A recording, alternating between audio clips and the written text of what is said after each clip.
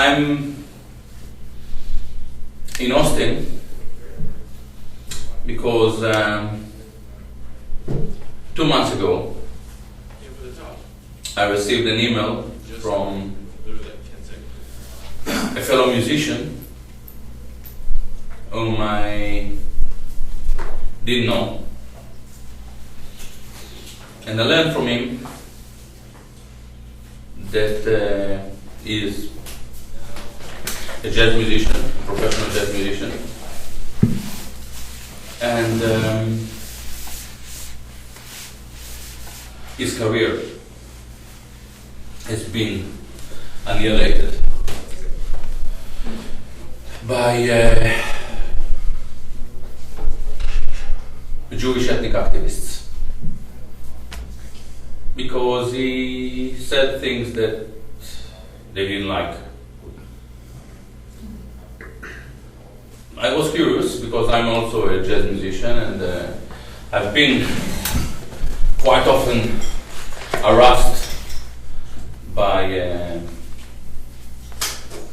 Jewish activists and their left Sabbath goyim. You know what Sabbath goyim are? It's a Jewish traditional term.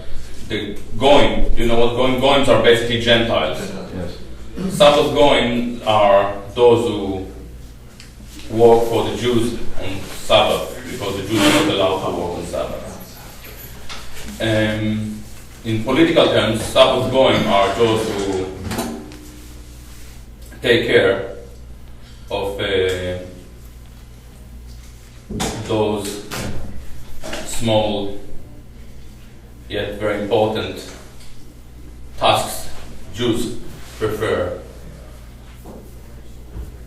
to conceal or not to take care of. They're basically caretakers. Anyway, that musician is here with me, he just played with me. I listened to his video clips and I realized that he's an incredible musician. I find it hard to believe that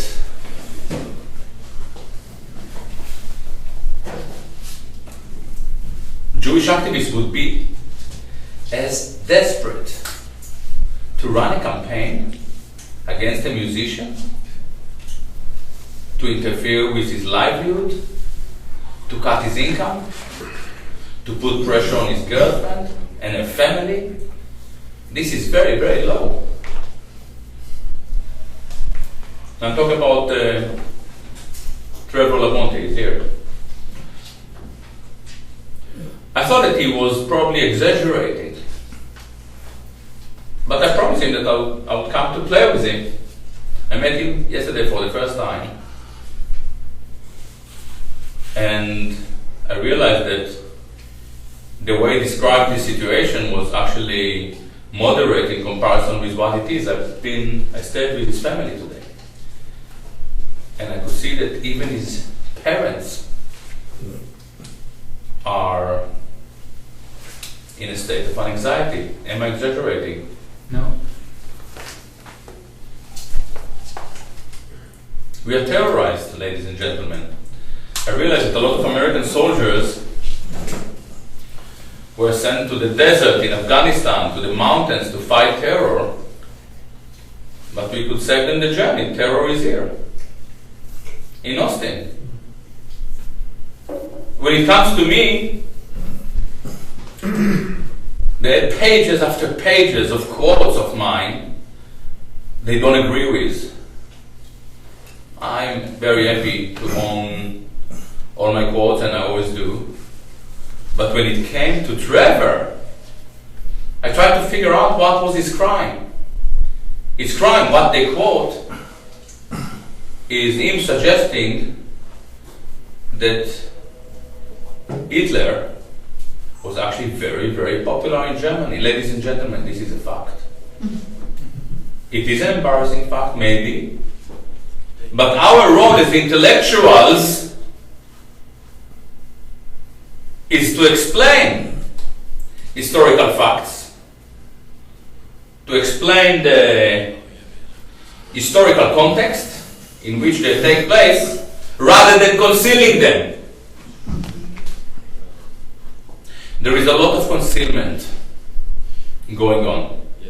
History in general, especially in the West, in the Jerusalemite West, unlike the Athenian West we were a few decades back, is a clear, systematic concealment. Jews want to conceal the fact that wherever they go, it always ends in a disaster. This venue today was subject to harassment by a guy called Craig Berlin. I don't know Craig Berlin. Are you here? Is Craig Berlin here today? None of you is Craig Berlin. If Craig Berlin is a free country, if Craig Berlin has a problem with Gilad Atzmon thoughts or Trevor LaBonte, this is the place to express his thoughts. But he preferred to mount pressure and to terrorize a bookshop. Is this what you expect from the people of the book? These are not the people of the book. These are the people of the book burners. He is a book burner. I'm a writer. I wrote a few books. I'm published all over the world in more than 30 languages. If you have something to say, this is the place. I'm not violent. Usually I can be violent, but I managed to handle it in the last, my affection to violence since I left the Israeli army.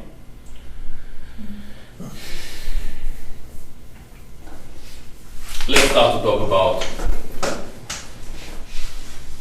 some interesting topics. The left traditionally presented itself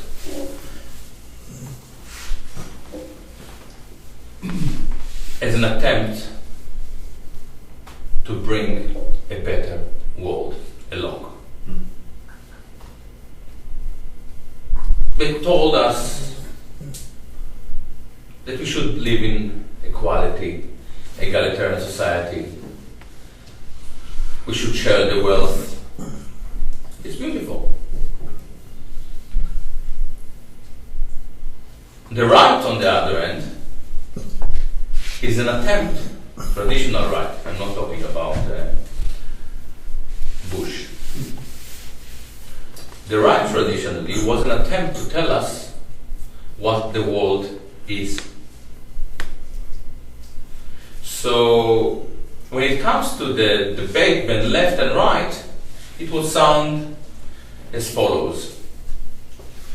The right will tell the left, for instance, the leftists, it is really a beautiful idea that you try to make sure that we share everything and live in equality, but you must accept that people are not equal. I probably play saxophone better than most of you. Yeah. And I'm sure that Trevor is more advanced than you in guitar, and Corina is a great singer. And I don't know you, but I'm sure that there are a lot of things. Huh? I play tenor sax. You play tenor sax, so so we are probably better than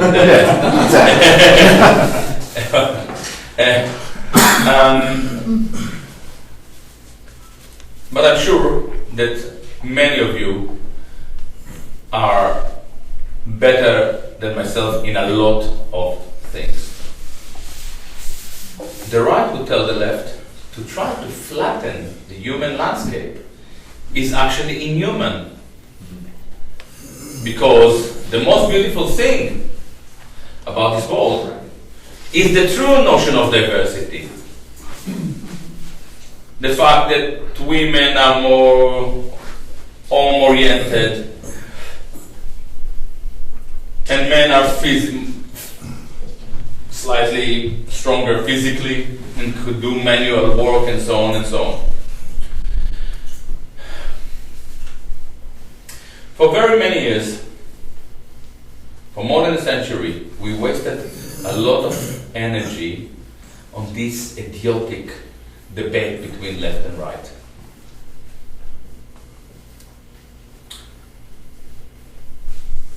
But I'm going to introduce today a revolutionary way to examine the relationship between left and right. If left is there to tell us what the world is ought to be, and right is there to tell us what the world is, left is the dream, and right is the reality. The relationship between the dream and the reality is an exact reflection of the human condition. We are living between the real and the dream. You're a tenor player. You may dream that one day you'll wake up John Coltrane, but you wake up Coleman Hawkins. Well, that's fine. It's okay, I'm sure it's nice. We are torn between the dream and the real. The magic of liberal democracy was that it facilitated such an reflection or mirror image between the political system and humanity. It's very unique. Do you remember Francis Fukuyama? Francis Fukuyama was an American political scientist who wrote in the late 80s, early 90s a book about the end of history. He said, that's it. We found it. We found it. We know. Liberal democracy. Free market. This is what we need. There was a magic there. It worked. Back in the 70s and the 80s, we didn't think that the world was perfect, but we felt that there was kind of a continuum between us and the state, between us and the West. And things were wrong, but we felt that we knew how to repair them. This is why you had so many activists in America. To be an activist was an attempt to fix the system. But Francis Fukuyama was actually very wrong. Because when he was writing his book, there was already a split, devastating split, between the humane and the politics. The political world started to drift away. Look at us now. There is zero reflection between who we are and government. We have been reduced into a bunch of consumers, and the role of government is simple: to facilitate consumption.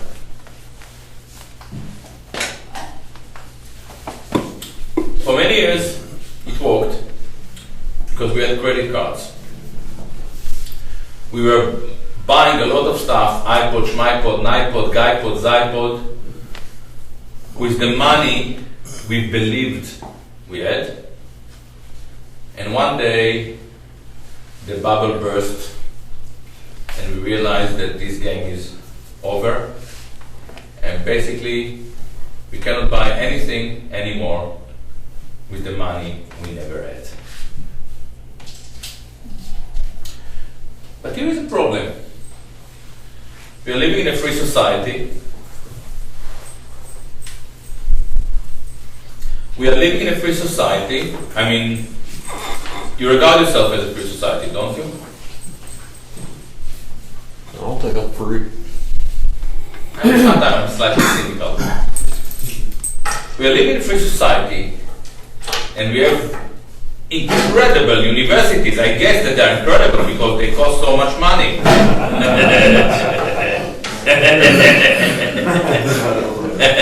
Don't know if somebody pays 50,000 a year for a course in calligraphy. It must be incredible. We have incredible universities, incredible papers, incredible TV, so many news channels, and somehow nobody was clever enough to tell us that the humane and government are splitting, drifting away.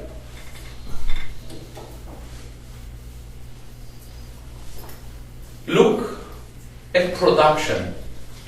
You used to be the most productive state on this planet. When is the last time you produced a good car? 60s. Robert and I wouldn't agree with that. Well, no. Anyway, you were a very productive country. Where was the left when production was kicked out of the window? Production is the most important thing. When I was a kid, all political parties were there to promise was work. Work is the most important thing. You wake up in the morning, you go to work, you produce something, you come home 6 o'clock, 7 o'clock, 8 o'clock, 9 o'clock, and you don't know that you're worth something. We had working class. Now all we have is workless class. Where was the left? Where was academia? Where was the press? When Detroit was reduced into Hiroshima. I tried to look into it, and I realized that you couldn't think about it. You didn't find the words to express your dismay. You were silenced intellectually, spiritually, and politically. How? Very simple. Political correctness. What is political correctness? Political correctness is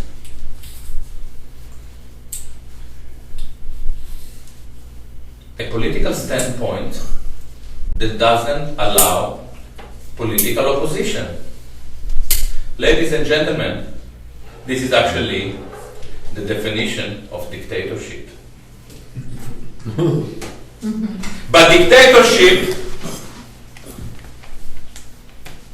is much nicer. At least you know who is the dictator. You can gather in the pub, swear, do something. But in political correctness, it is you who censor yourself. Political correctness teaches you to lie. If I tell you, listen, it's politically incorrect what you just had in mind, what I try to tell you is that you're probably right, but just keep it to yourself. By telling you keep it to yourself, I actually tell you, don't even ever think about it. I chop out, I castrate you. I castrate you. Political correctness teaches us to lie. It castrates us. It teaches us to think inauthentically. How is it possible that this process of correction was so vile and nobody understood the meaning of it? In fact, one person understood it. His name was George Orwell. George Orwell wrote in 1948 a very important book. It's called 1984. And he actually spoke about government, about elite, reducing our terminology. He spoke about newspeak, about Big Brother, castrating us by means of language.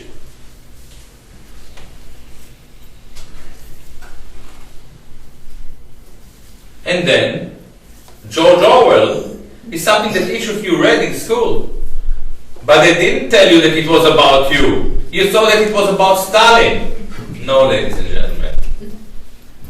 George Orwell didn't write about Stalin. He wrote about England. He wrote about the English-speaking empire. He wrote about England, about America, about the general dictatorial tendencies within left thinking. And still, how did they do it to us? There was no book that I can think of with rules or rules of conduct, but they television. Do you remember Archie Bunker? Oh, yeah. Do you? Corina probably doesn't know Archie Bunker. She's too young. Archie Bunker was a grassroots American World II veteran, a bigot, but the cutest, biggest bigot ever. He was number 4 most popular American TV character in the 20th century. We all loved him, we all laughed with him and with Edith. But guess what? We loved him, but at the end of the day, we all became meathead. Clever, huh? Clever. Meathead. You are meathead. I'm a meathead. What is meathead? His son-in-law, Polish origin. By the way, think about it. He was Polish origin. Archie, we don't know. I don't think that we know what Archie was, or do we know? He's Irish. Was he Irish? I'm not sure that we knew. He was Irish himself. The actor Yeah. was Irish. Yeah, I know the character. So we knew about his Irish, but I, for some reason, I do remember the meathead ethnic heritage, but I think that when it comes to Archie, maybe we are guessing. I don't know. Archie Bunker was a cultural manipulative tool. Archie Bunker was there to split your societies, our societies into identity groups. The generation gap. 1 week, he would insult the black, his new black neighbor. The next week, there is an Hispanic family coming into the neighborhood, the other side of the road. Archie would unite with the black family against the Hispanic. A week later, there will be a lesbian friend of Edith, and she can fix the phone while Archie is. I just went back and watched it. Within a month, we have managed to insult the black, the Hispanic, the lesbian, the gay, and I don't know how many seasons, 10 seasons, 20 seasons, it was long. Give it 2-3 months, few years, we have a lot of abused people, and eventually we see the American society broken into identity politics discourses. In America now, you don't identify as Americans, you identify as a black, as a Jew, as an Hispanic, as a lesbian, as a queer, as a feminist, a lot, as an atheist. It's very strange. What do we get out of it? Tell you what we get out of it.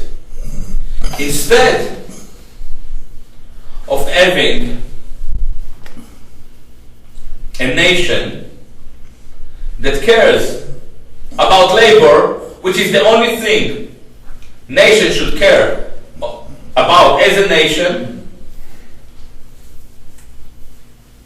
we care about gay politics, gay marriage. Now, I'm not against gays. You know, gays want to get married. It's okay, but this is not a national issue. We care about Islamophobia. Islamophobia is not a national issue. It's important to tackle it, but it's not a national issue. Anti-Semitism.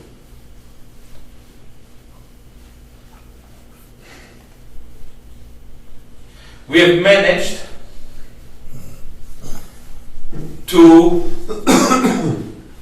voluntarily segregate ourselves. We ghettoize our society. Who did it to us? This is not the left. This is actually against the most important instinct, intellectual instinct of left thinking. Within the original lefty perception, it doesn't matter if you are gay or lesbian or feminist or separatist or Hispanic or black. What matters is your role within the chain of production. So if you are working in a factory, we are all oppressed by the guy with the money.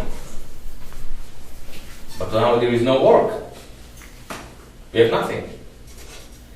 We engage in futile, meaningless debates that lead nowhere. This is very clever, the way they did it to us.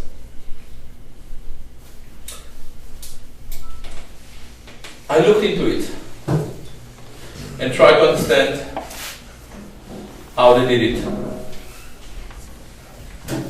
It took me back to the beginning of the 20th century. Have you heard about Antonio Gramsci? In the beginning of the 20th century, in Italy, there was one very, very clever Marxist. Probably the one and only clever Marxist ever. Antonio Gramsci realized that the communist revolution is a fantasy. The workers are not going to stop one day and go to demonstrate.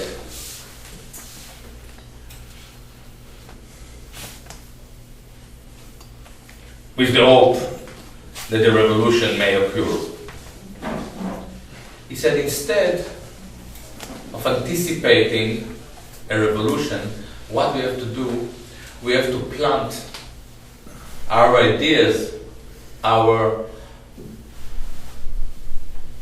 moral etiquette within hegemony. This is an interesting idea. It's quite a peaceful way to make the world better. In fact, many of Gramsci's ideas were adopted by Mussolini while throwing Gramsci himself into jail. Gramsci died in jail. In 1923, a school of thought was formed in Frankfurt, Germany. This was the Frankfurt School. It was formed by a few Jews who were anti-Semitic at the time. They really wanted to be Germans. They didn't like to be Jews, which is understandable. I also, when I realized what I'm involved with, didn't want to be Jew. I even appealed to the Israeli government, tried to get my foreskin back. Which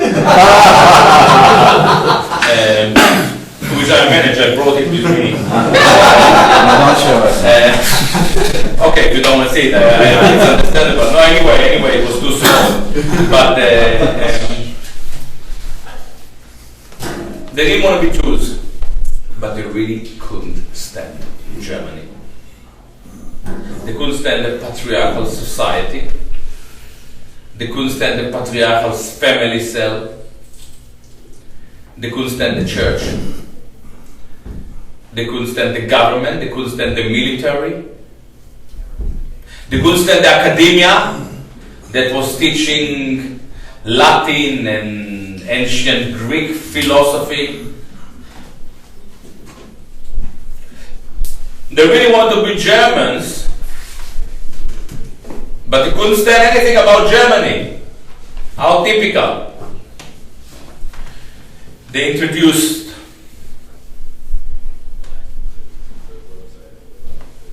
gay politics, even pedophilia. They believed one of their associate researcher, and was already very famous at the time, Wilhelm Reich, believed that orgasm, I experienced it once, is the most, you can joke, orgasm is the most liberating experience. But he thought also that it's very good for kids.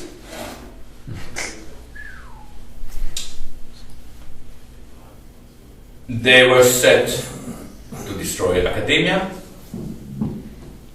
Within very short time, Berlin became the sex capital of Europe. Brecht, Kurt Weill, Marlene Dietrich were associated with this trend.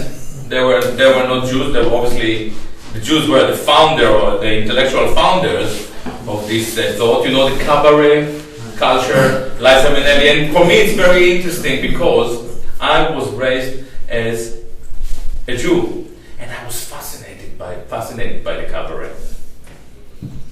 I thought that the cabaret was the real Germanic culture. I honestly thought, and in each of my albums, and now the only way to deal with it is to buy all my albums, and I sold tens of thousands. It would be very embarrassing. It would cost a lot of money. In each of my albums, there is a kind of a cabaret tune. I didn't realize that the cabaret was something that was fundamentally very Jewish. A very subversive, you have your Sarah Silverman now that are doing the cabaret spiel in America. Jewish humor is a very sophisticated apparatus politically. It is beyond funny. There is a meaning there. They were very successful, but not successful enough to defeat Nazism. In 1933, the Nazi Party took over and immediately they had to run. By the way, they welcomed the Nazi victory. They thought that it's a very important process that would lead to a transition. And many Germans were obviously wrong. Hitler became extremely popular after he took over. The working class, the German working class, really willingly affiliated itself with the Nazi Party after 1933. Can I just ask you, were the Nazis in Germany, were they openly anti-Jew at the onset of it? It is a very interesting question. It is a very interesting question, and do you mind to remind me to answer this question in 10 minutes? Okay. Okay, it's a very important question. And unusual for me, I even have a good answer. When I don't have a good answer, I just say it's a very good question and I ignore.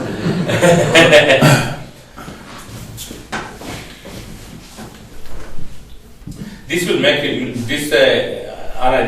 me look very fat, I guess. Because I'm not. Looks like the top of your head's okay. not very centered very well. Dates 1933, they had to run away. Came to America.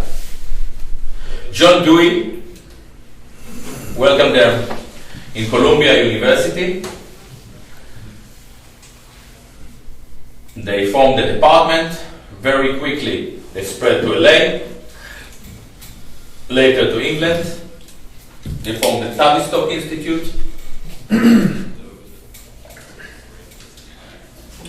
And from this moment in your history, a process of radicalization that is largely communist, some even say funded by the Fourth International, start to take place in this country. The main thinkers within this school are Adorno, if you heard about him, the master of the scholar of cultural industry. Possibly behind the Beatles. Possibly behind the Beatles somehow too. And yes, Horkheimer definitely was behind the Beatles. And you remember that I said that they were anti-Semitic in Germany in the early days. When they came to America, they realized that in America things work differently. And when Adorno wrote is one of the most important texts, the Authoritarian Personality, it was actually funded by the Jewish American Committee. So they were not very anti-Semitic anymore. You know, people change, which is understandable. The peak of this movement was in '68. Herbert Marcuse, who came with them in '33. Do you remember the '68 revolution, student revolution? It was there to dismantle your universities, to make your universities not hubs, a hub of scholarship and understanding of being and rootedness. The uprooted scholarship, metaphysics, philosophy from your universities and made them into pragmatic institutes. $57,000 a year, we will teach you calligraphy or art history. Identity politics. No, no revolution. Let's have small revolutions. The personal is political. Now, what happened to your left? Your left, the dissent, the labor movement, working class politics was hijacked. It was dead way before it realized that it was dying. Why? The Jewish intellectuals don't like the host nation. They don't like nationalism.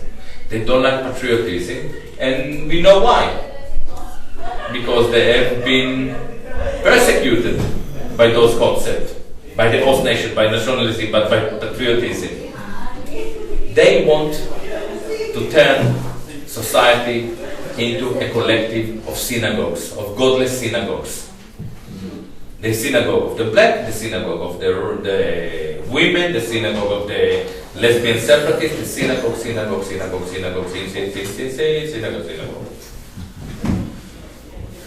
But the left also has a problem with working class. For some reason, working class is always patriotic, nationalist. They don't like it. Now it's very obvious why working class is patriotic, whether we like it or not. For a person in a working class, person, it's a lot of fun to identify with the flag. And in Texas, you have fucking big flags. I've never seen such flags.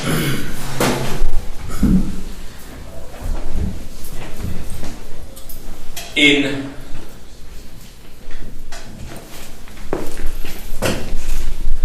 working class, for working class people,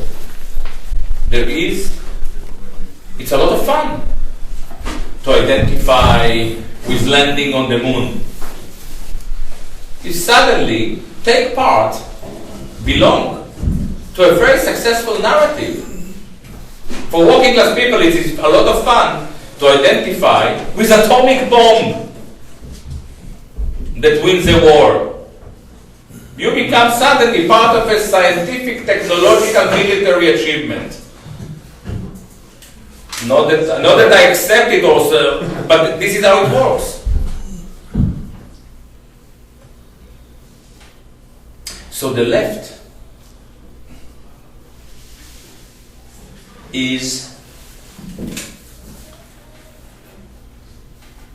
has in it a certain level of indignation towards working class. What we see here is a bond between this Jewish attempt to break the working class, to break the nation. It is supported by a similar tendency by the left. And this is where we are now.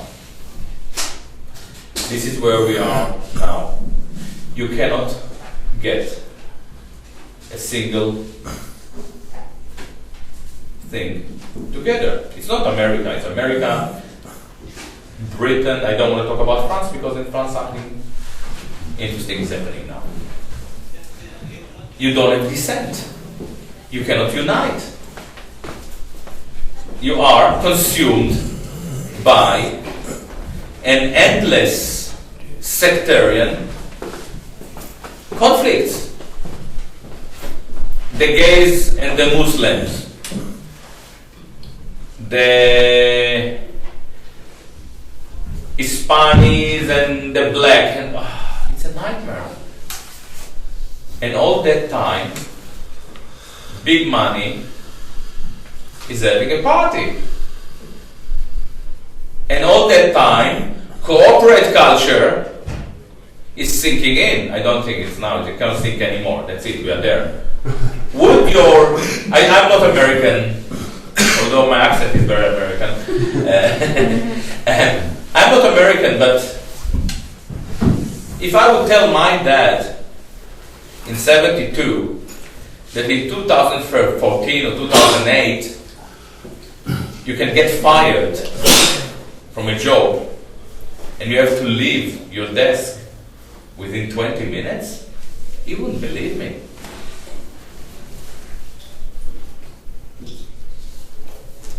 But it happens here. In The Guardian, the paper of the left, you work 6 months or 1 year on, how do you call it, without getting paid. It's like experience. Internship? Yeah, internship. Can you believe it? Yeah. It is unbelievable.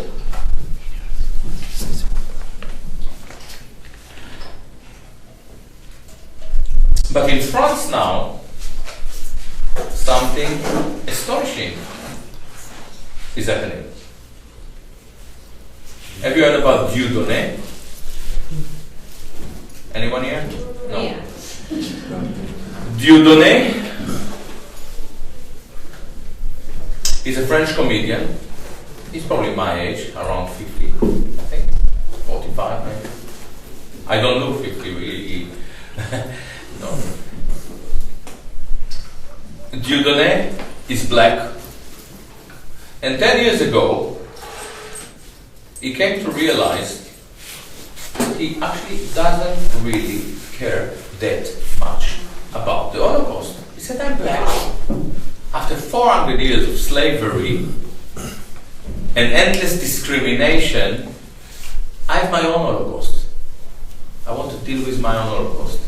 Immediately, from being a hero of the left, he was reduced into an anti-Semite, Nazi sympathizer, and a racist.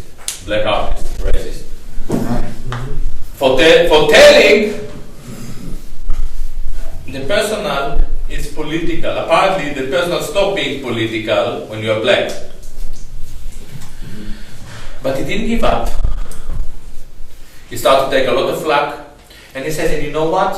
I also don't like your Jewish state. I find it racist.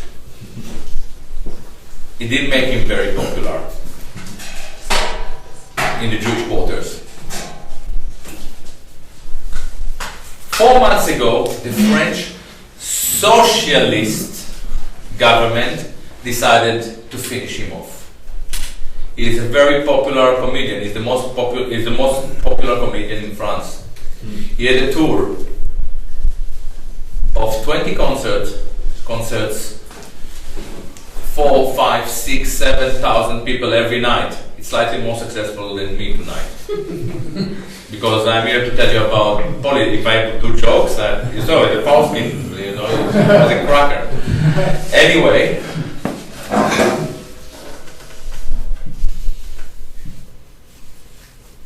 they cancelled his tour. And guess what? The French people saying no. He would put a video, a clip on YouTube, and it would have 3 million hits within hours. In the 1st of February, it's like 3 weeks ago, he had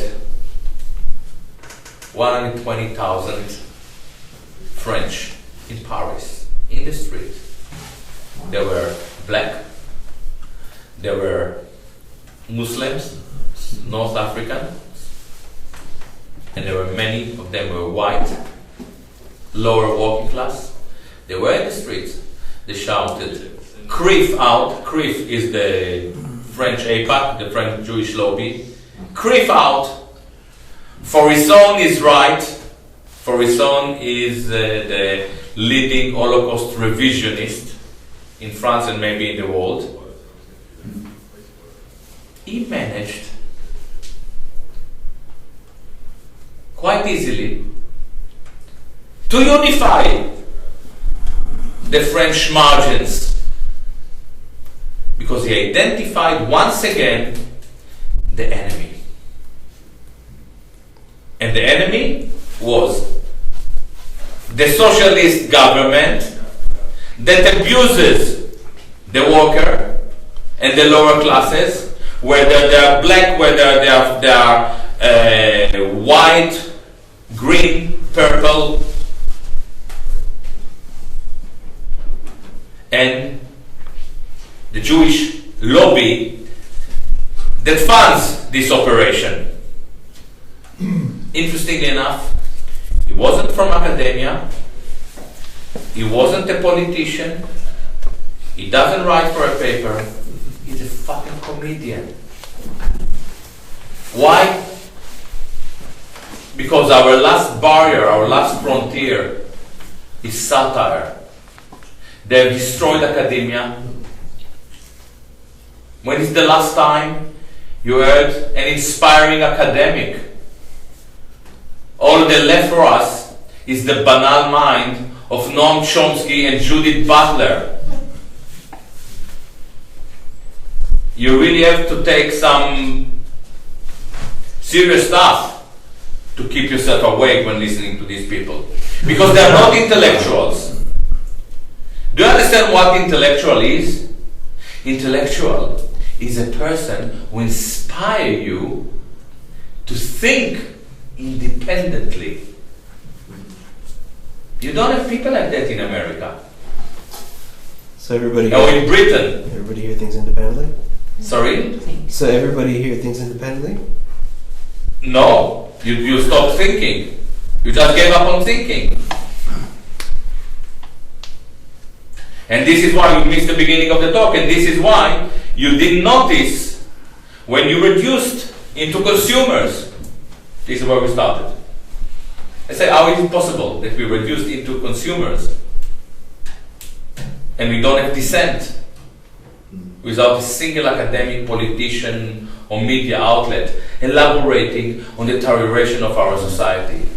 What we have from American academia is a tedious discourse about diversity and all this nonsense that doesn't lead anywhere. Real diversity is that all of us are one in spite of our differences. Now, and correct me if this is kind of a new insight that I have, and I have to check it out because I'm not American.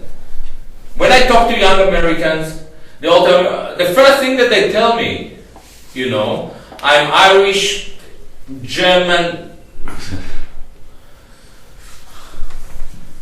30 years ago, I met Americans. I never knew I think about them. I knew where they came from New York, from Austin, and so on. Now, they split you more and more and more. So when you go to drink something in a bar, you say, "Oh, shall I drink vodka? I'm Russian. No, maybe Guinness. I'm eighth and Irish."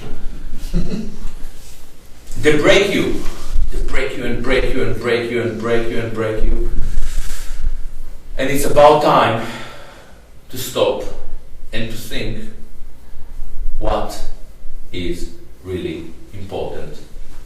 It happened to you recently. In August, you were supposed to send your kids and daughters to fight another Zionist war in Syria. It didn't happen. It didn't happen not because the left set demonstrations and you had like tens of millions of people in the street. No. There was a shift of consciousness. There is a shift of consciousness. I'm part of this shift of consciousness. I'm probably more successful in France at the moment than in America. I'm part of this shift of consciousness because I'm starting to understand it myself. It wasn't the activists or the progressives who stopped the war. Your military realized that they don't know what kind of war they are supposed to fight.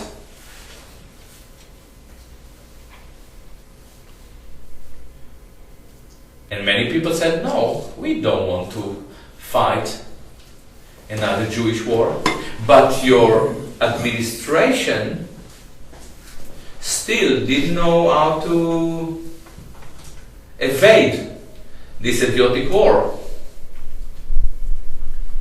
It was very clear to me that Obama wasn't enthusiastic. Eventually, he had to come with a very, very convoluted argument, and thanks God for him doing it. I loved him again.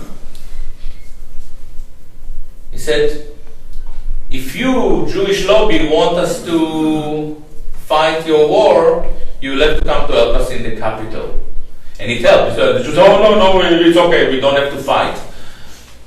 But try to think, is your president, the president of America, has to use such an embarrassing tactics just in order to avoid an idiotic Zionist war? Wow. I'm not an activist, obviously, and I don't tell people what to do. I'm not a politician, but I have an advice for you if you are interested. You still say no, so I assume that you don't mind. I don't believe in demonstrations. I don't believe in pickets. In 2003, we had 4 million people in the street in London. We went, we shouted, then it ended at 8 o'clock in the evening, we went to Japanese food, and a week later, we had a war.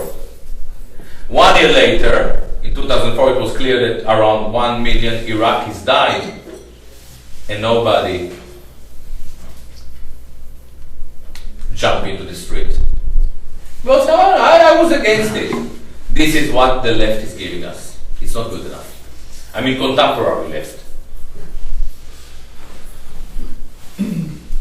All this progressive practice or agenda is actually a form of control or position. As I said, identity politics dismantle dissent and prepare the ground for globalization, for corporate culture, for the reduction of us into consumers. There is one thing that you could do, and this will bring a change. You have in your constitution a small segment. It is called the First Amendment. It suggests that you, American, are entitled to think freely and express yourself freely. This guy, Trevor, who is a beautiful human being, a beautiful humanist, he says what he believes. He may be wrong. I don't think that he is wrong. He is under heavy terror campaign. You have to help him. And you have also yourself to join him and say what you believe. And when you start to say what you believe, you will see very soon that a lot of people are annoyed. And this is exactly what you want. You want to annoy. I'm very, very annoying. I could even join the Viet Cong in Hanoi. Yeah, I'm very, very annoying. I'm very, very annoying. But I make people think. I make people think. A lot of people buy my books. And this is what we need now. We need to relaunch a thinking project. And this would lead into liberation. I said everything I had to say. It's now your. How many thinkers are there now in the jazz world? Because we deal with more abstract music and abstract, kind of out of the box to begin with. So I'm just wondering. Let me tell you something tragic. Look, I don't know how many jazz lovers we have in this room. Jazz was your biggest cultural asset. Where is it? Look what happened to it. Where's the jazz? When I listen to jazz, when I start to play jazz, I love the sound of it. Coltrane made me cry. Bird, Ella. You spoke about Frankfurt School, you reduced jazz from beauty into an academic apparatus. So instead of playing jazz, we go, you institutionalize it. So you can take 50,000 quid a year teaching people to play bebop like computers so they can make 30 quid. $30 a night, sorry. He's taking jazz. Huh? He's taking jazz. Sorry to hear. Yeah. No. You're queer. No, you want to play jazz. Who do you like? Who are your favorite musicians? Trevor. So pay Trevor 57,000. I'm sorry, I'm kind of I actually promised my free lesson if they would come down to the show tonight. I'm not kidding. Yeah. You see, you learned the Jewish trick. Yep. Anyway, this is the issue. We destroyed your biggest cultural asset. How embarrassing it is. Terrible. It's terrible. It's alive on Trevor's fingers, though. But it doesn't sound like a sound Berkeley graduate. You know why? Because he didn't go to Berkeley. I'm not against Berkeley. Oh, money, so whatever. I didn't go. But this is not what jazz is all about. A friend of mine, great musician, told me once, I think he is actually Canadian, but he said when he's a bit, I think he's my age. He said and it's really true for people. I'm 50. When we were young, those who wanted to play classical music went to the Royal School of Music, to the Royal Academy or whatever, to Manny's or whatever. And those who wanted to play jazz stayed at home and practice. University. With all those schools in America and Britain, in Germany, all over the world, jazz is dead. It sounds like an academic masturbation. Yeah. Now, I'm not against masturbation. It's very healthy, look at me.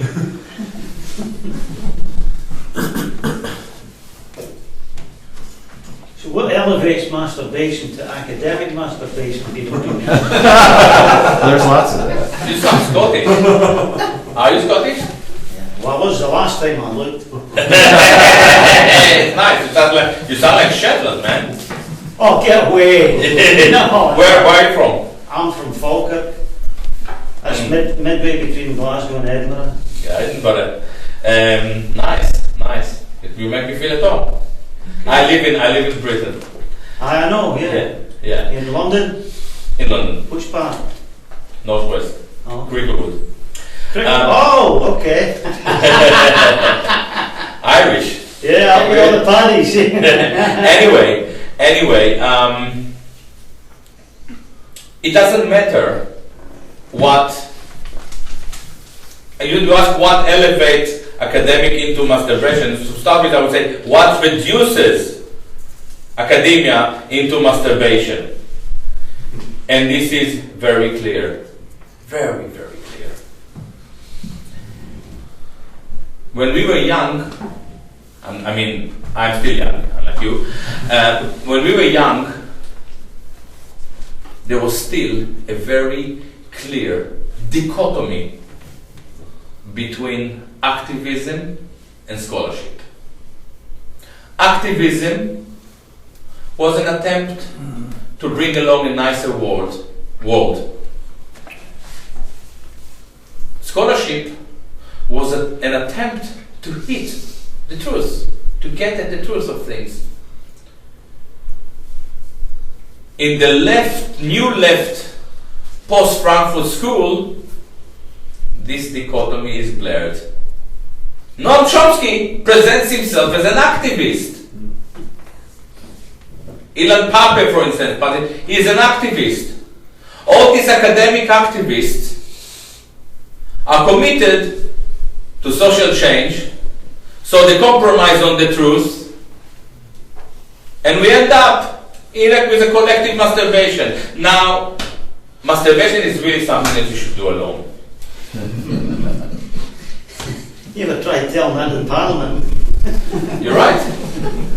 You're right, and this is why we have a society. Politics is really drifted away. Yeah, there's a house full of wankers. Yeah, a lot of wankers. I'm also a wanker. I'm the one who cares. Oh! Anyway, any more questions? Could you elaborate on? Can you come closer so can you? Can you elaborate on what you just said about how the truth is sort of sacrificed? And you used Noam Chomsky as your example. Like, where is he, steering us away from the truth? Okay, Noam Chomsky is not really a bad guy. He's just extremely boring. He's not a really bad guy. He's not one of those gatekeepers. Even when he tried to subvert what I regard as the truth, he did it in the open. So, for instance, when Walter Mearsheimer came up with this very important book about the Israeli lobby, even they were afraid to say the Jewish lobby, but because they call it the Israeli lobby, Chomsky was amongst the first to criticize them and to subvert the truth, but he did it in the open. The problem that I have with him, or with Butler, or it's quite. The thing is that if you try to name some intellectuals, we cannot even name English or American intellectuals anymore because we don't. We don't have spiritual. We don't have Heideggers and Schopenhauers and Nietzsche's and Kant's. I mean Kant, the philosopher. And it's because they are not excited about this true notion of aletheia, the truth. Now, the German intellectuals in the beginning of the 20th century realized that there is a clear and very crucial distinction between Athens and Jerusalem. Athens was about truth, about ethics, about tolerance, many gods, and many shades. And love was free for real. Not because I have to identify as a gay if I want to be with a boy. I don't. I could just love a boy because that's what I feel today. This was Athens. Jerusalem, they realized it's the opposite. One God, yes and no binary opposition. No tolerance. If you don't believe in God, we slay you. We kill you. We slay your throat. No ethics. In Jerusalem there is no... Sorry, I just did the microphone. In Jerusalem, was it loud on the mic? Alright. Sorry.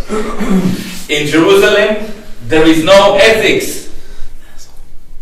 Have you ever thought about it? The 10 Commandments. This is the opposite of ethical thinking. Don't kill. Don't drink. Don't do that, don't do that, don't do that, don't do that. Laws. This is not ethics. These are laws. Ethical people don't need laws. You know that it's not nice to kill. Chomsky, Butler, identity politics. This is Jerusalem. Many Jerusalems. Jerusalem of the black, Jerusalem of the gay, Jerusalem of the Jew. Even the Jews have Jerusalem. Jerusalem of the Zionist, Jerusalem of the anti-Zionist. Jerusalem. And we have collective ideological discourses that do not allow us to move. I started this talk talking about Trevor. Trevor stood up and said, Hitler was very popular in Germany. Should we call him a dictator? Now this is a legitimate question. Instead of addressing this question, they invested this guy, what is his name, Greg Berlin, from this town, runs a campaign to destroy him, putting pressure on his family, on his girlfriend, on her family, on all his friends, on musicians. This is Jerusalem. Spinoza went through it. It's called Cherem. Daniel de Costa went through it. Jesus Christ, do you remember there was a guy? He went through it. They nailed him to the wood. I don't care about the question who killed Christ, but I'm pissed off with people who kill Christ around us, within us. And this Craig Berlin is a Christ killer because he tries to murder this beautiful soul, and he doesn't even understand it. And more than anything else, he brings a disaster on himself because he's doing it as a Jew. So he's a Jew Christ killer, and this is a disaster.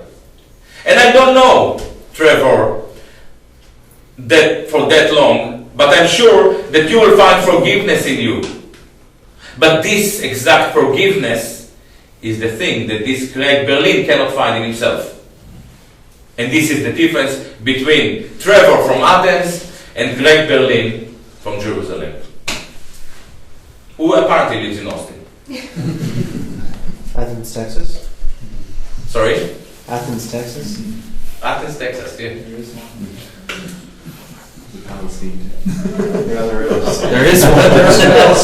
Sorry? Palestine, Texas. Yeah, there is one. I know. And The yeah. shuttle went up and there was part over it. Any more questions? Yeah. This might be a loaded question. I talked to you earlier about the Holocaust and the role of different Zionists in that. Can you comment on that more extensively? Yeah, you were referring to this Barry Heimish. Hitler, so he had a man who's like a sort of Svengali. Are you talking about the man who? No, the gentleman here was referring to this. He's an ultra-Zionist guy. He's a settler, I think.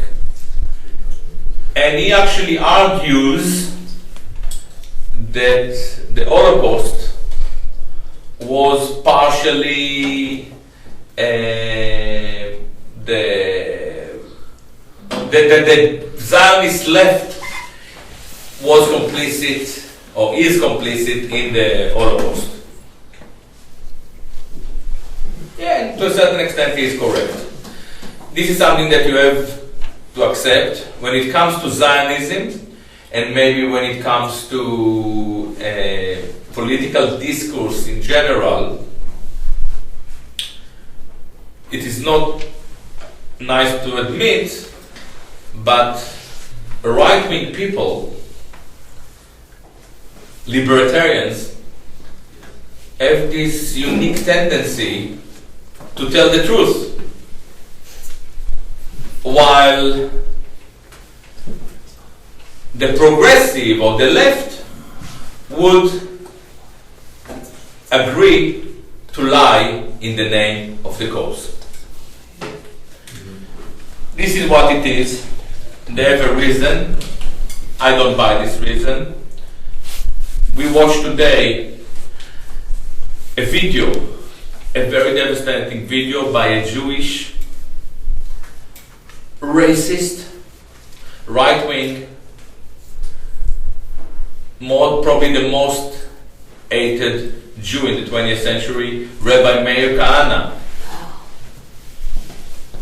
Yeah, I didn't have the guts to watch Meir Kahane until recently, because a friend of mine, a professor of Jewish studies, told me, Gilad, if you want to understand where Israel is now, start to dig in Kahane in the 80s. And Trevor, it was just the two of us, no? Yeah, Trevor and myself watched it. I want to publish it, to republish this segment, and he was telling. He was coming with a chain of anecdotes, and they were all truthful to the bone. And eventually he ended it, and I agreed with everything he said. And eventually he said, I'll give you some examples. He said, there is a clear dichotomy between the Jewish culture, Jewish people, and democracy.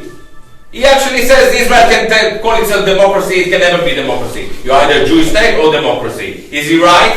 Yes. He says there in the 80s, I understand that Arabs cannot live in Israel as long as it is the Jewish state. I understand them. He said. And then he drew a conclusion that is very frightening. But this is exactly where the Israeli society is. He said, in the end of the video, he said, when I'm the Prime Minister of Israel, Arab won't be killed because there won't be Arabs. We will kick them out. Okay? This is where Lieberman is. This is where Bennett is. This is where Israeli right wing. Israelis want the Palestinian gone. So this right wing, let's say Nazi, which I don't like, I don't like because it kind of doesn't give a good name to Nazis. This Judeo-Nazi, as Yeshayahu Leibovich, a great Israeli professor, used to refer to him, this Judeo-Nazi actually understood the true spirit of his people. He didn't lie. He wasn't like Shimon Peres, or Rabin, or Barak, or Tzipi Livni. By the way, Benjamin Netanyahu, we don't like him, but he tells the truth. How embarrassing it is.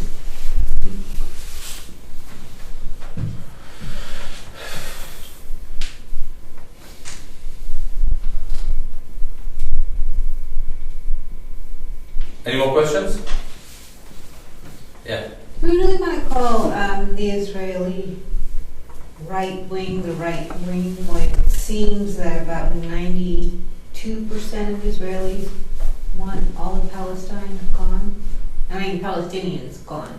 What percentage of it? 92%. 92%. Yeah, I have 2%. So it's really a wing, I don't like. I think that you're right. You're so right, because we like because we have this myth that Israel is a Western democratic state, we like to think that we have a discourse, a dichotomy between right and left. Nonsense. By the way, this was the dream. The Zionist dream, let me shock you, the Zionist dream was the most beautiful dream. They said, we are ugly people. It's not Gilad. These are the early Zionists. It's Herzl, Nordau, Jabotinsky, Bauhoff. They said, we are awful people. We are capitalists, we are usurers, we don't work. But it's not our fault. It's not our fault. It's because we don't have a land. Once we have a land, we will be civilized. And they went to Palestine and they started to work in the fields and built houses and did wonderful things for at least 2 weeks. Then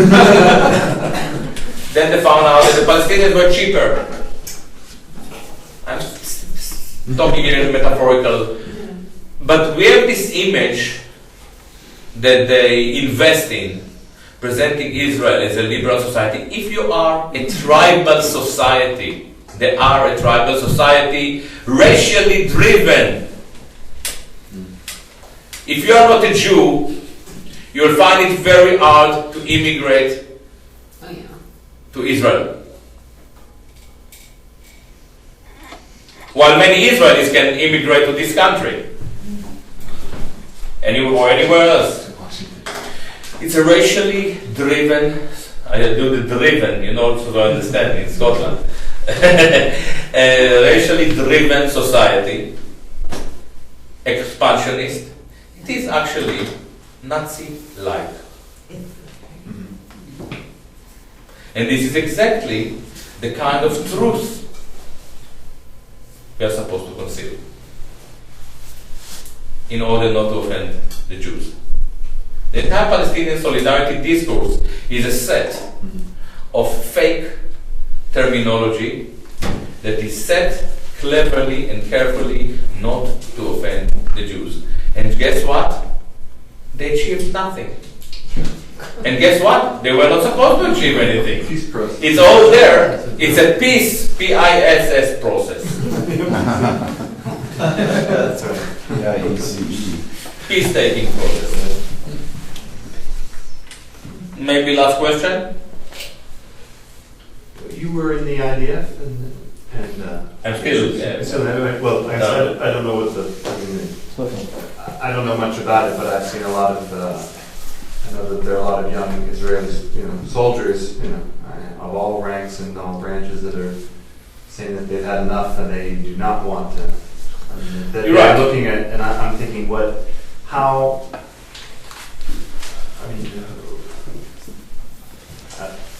can you make this more than just isolated? And how can these people they'll never find a legitimate place in they can't go to it's the Knesset, right?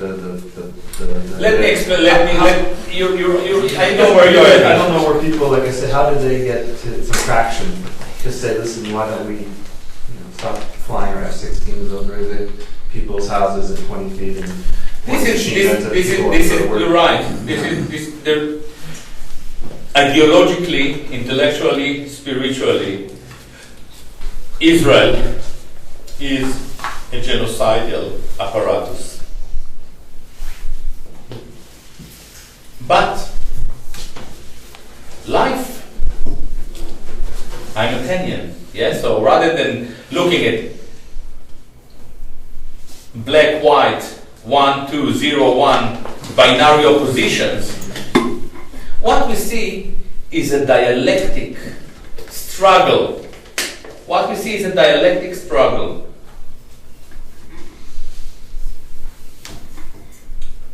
On the one hand, Israel wants the Palestinian gone, as Kahana, whom I just mentioned, predicted back in the 80s. On the other end, if you want the Palestinian gone, someone should do the dirty job. And here you have a problem. Because the Israelis, they're like you, they're hedonists, they want iPod, schmipod, guipod, dipod, zipod. They are Macintosh consumers. They don't want to die. Like the American soldiers, they don't want to die. I understand it. And if you don't want to die, it's not very easy to sustain an ethnic cleansing policy. So what we see is struggle that doesn't lead anywhere. And if we are very, very lucky,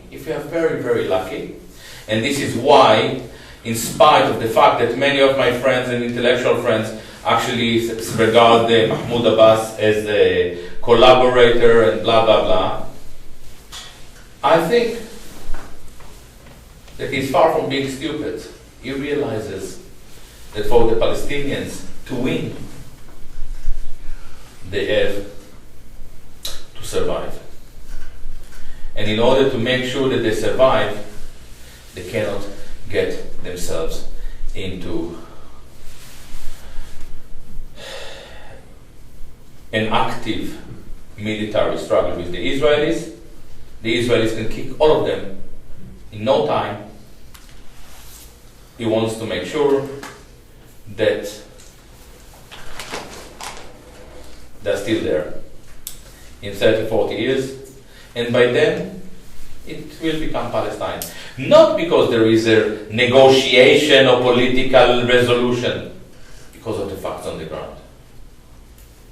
Inshallah. Thank you so much.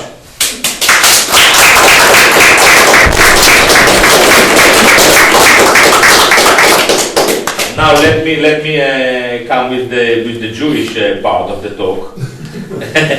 As you probably realize, you are more than welcome to donate because it costs quite a bit of money to bring me over because I like to fly in first class and stuff like that. Why do you laugh? No, I don't. It just costs money to bring me, and you know, and it would be great. I don't know if Trevor, where are you going to collect? What about your saxophone case? You're right. I was going to suggest a $10 donation. It's not necessary, but I think Gilad gave a great speech, and he's got a lot of great things to say, and he deserves to. Listen, I've never used my saxophone in such a productive Jewish manner. Yeah. Deserves to not go home with less money. Yeah, but the issue is that. But this is kind of to support, you know, Trevor and Corina who brought me over. But also my daughter, she needs new shoes, apparently. And the way to support me is to buy my books and music. My book is amazing. I myself bought 15,000 copies so far. And the music is even more amazing. My latest album just won a big award. It was the best album of 2013 in Gaza Jazz Journal. No, Jazz Journal. So I don't know. I will be there, and I'll be delighted to if you buy it and sign it and so on. And I'll sign it for you, and then we take a short break. We can talk about a few things, and then I'll play with Trevor. All right. Thank you so much.